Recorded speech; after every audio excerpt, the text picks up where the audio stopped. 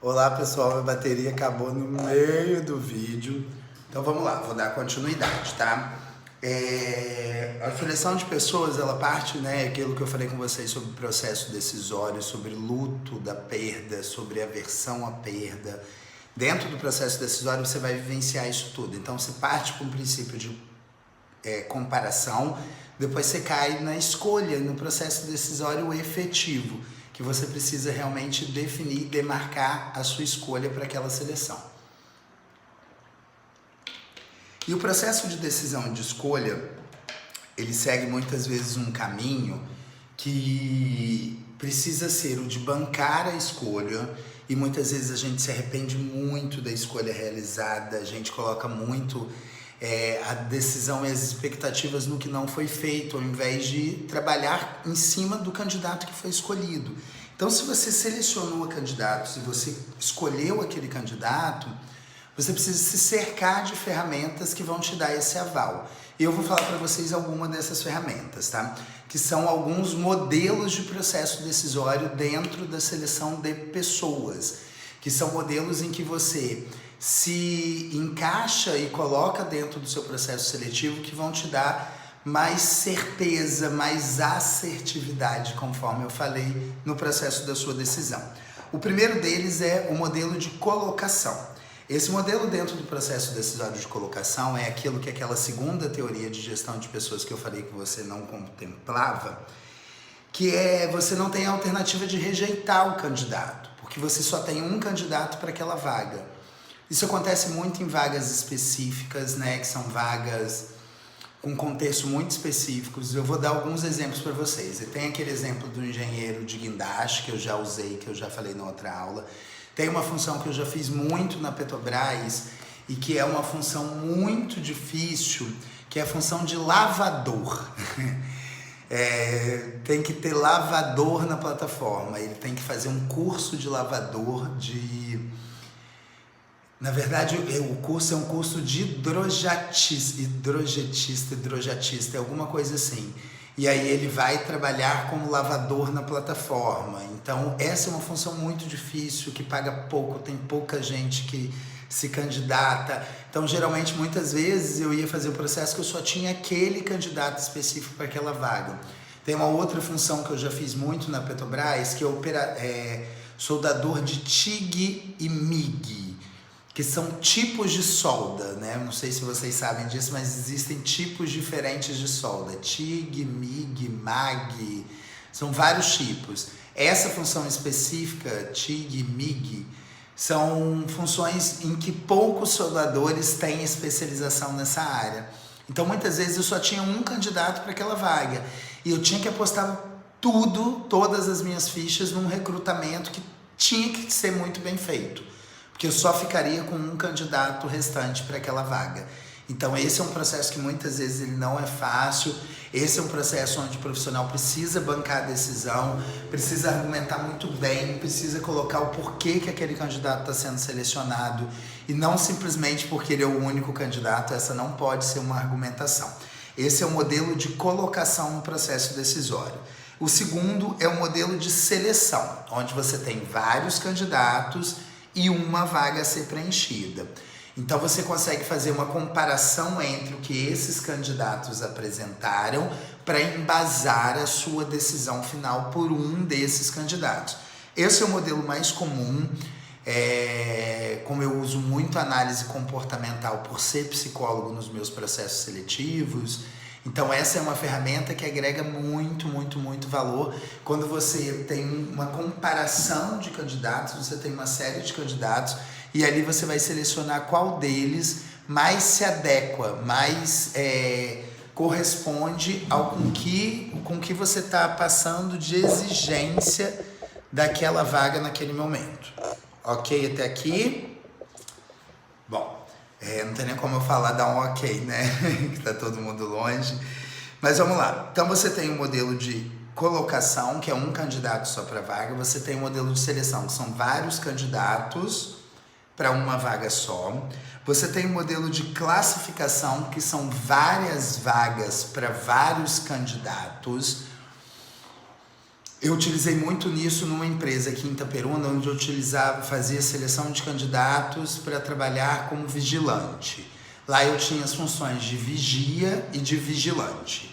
Então quem atendia mais as características era enquadrado como vigilante, porque aí tinha que fazer um curso, tinha uma questão de porte de arma que só o vigilante pode ter e o vigia não. Isso para trabalhar com segurança patrimonial, tá, gente? Tudo dentro das regras estabelecidas pelo governo, pelo Ministério da Justiça e do Trabalho, tudo muito correto, tá? E para vaga de vigilante, ficava numa classificação. Quem tinha menos experiência, quem apresentava menos curso, a gente dava oportunidade da vaga de vigia e não de vigilante. Então, só para vocês entenderem, o modelo de comparação é um candidato. Modelo de colocação, perdão, é um candidato para uma vaga. Modelo de seleção são vários candidatos para uma vaga. Modelo de classificação são vários candidatos para várias vagas, ok? E por último, modelo de agregação de valor. Eu vou dar uma lida porque esse merece uma explicação diferenciada, tá? Esse modelo escapa da mera comparação com cargo a ser ocupado e vai além e focaliza o abastecimento e a provisão de competências para a organização. Por exemplo, eu utilizo muito esse modelo, tá, gente? Bastante, inclusive, o modelo de agregação em valor. Eu geralmente contrato já pensando no desenvolvimento daquela pessoa na instituição. Então, eu geralmente participo dos planejamentos estratégicos das empresas onde eu trabalho. Então, eu já sei que daqui 2 anos a empresa pretende abrir uma filial em tal lugar. Eu já busco pessoas que vão ter disponibilidade de serem locomovidas em momentos de promoção. Eu já busco pessoas que não têm restrições a fazer viagens ou a deixar a família em tal lugar para poder viajar e passar às vezes 1 mês trabalhando fora. Porque tem gente que tem essas restrições. Não tem problema, isso é da vida de cada um, não cabe a gente julgamento. Mas tem função e tem empresa que quem tem essa restrição, eu não posso dormir fora de casa por causa do meu marido ou por causa da minha esposa. Quem tem esse tipo de restrição em algumas oportunidades de emprego, por exemplo, para empresas que pretendem fazer expansão, para empresas que trabalham com desenvolvimento. Então, por exemplo, às vezes eu contrato alguém para o financeiro de uma loja, né? Estou abrindo uma lanchonete, mas eu já tenho no meu planejamento estratégico, eu pretendo abrir uma rede de lanchonetes. E aí eu contrato alguém com a competência específica de atendimento a cliente. Então é uma pessoa muito boa que vai ser gerente da minha loja inicial. Eu já tenho que pensar numa pessoa que vai poder ter capacidade de treinar outras pessoas. Porque é a primeira que eu estou contratando já com desenvolvimento dessa função e que tem capacidade de treinar e desenvolver outras pessoas. Então, para isso, eu já preciso pensar no futuro. Então, o modelo de agregação de valor, ele leva a gente para esse campo do pensamento lá no futuro, lá na frente. E é muito importante a gente olhar para isso, tá?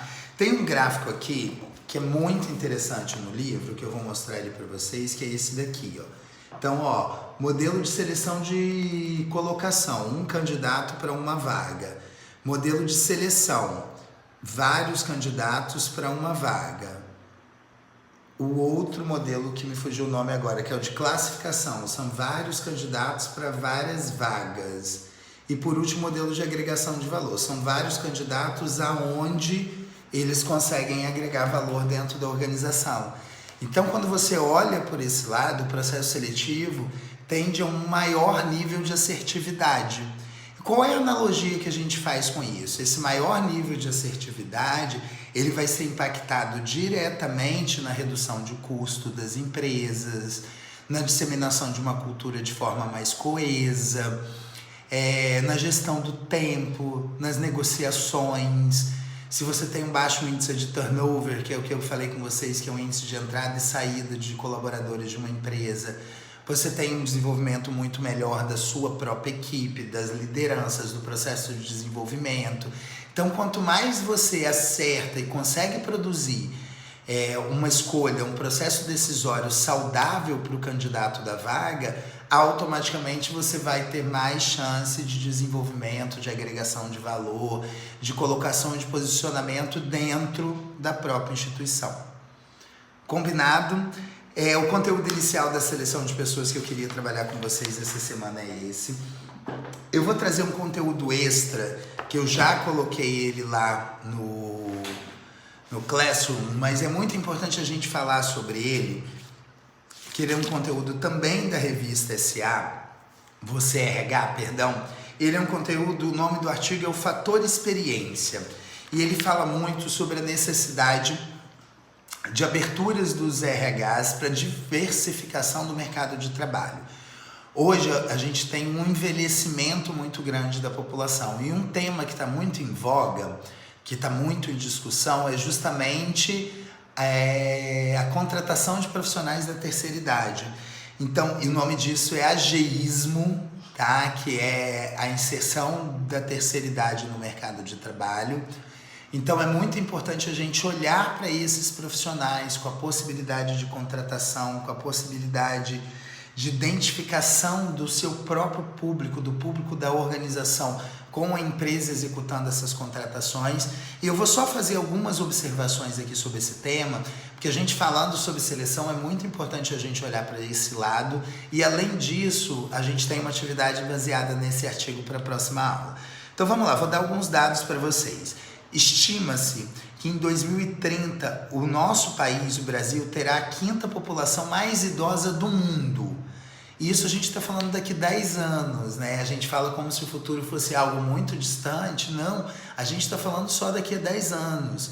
Então a gente já precisa começar a preparar o mercado de trabalho para receber esse público mais velho, e mais velho no sentido mais velho do que o público que geralmente entra no mercado de trabalho, que é entre 20 e 30 anos. Hoje a gente tem uma redução isso para 17, e você tem um aumento disso para mudanças de profissão, direcionamento profissional, que hoje tem chegado aos 35, 40 anos.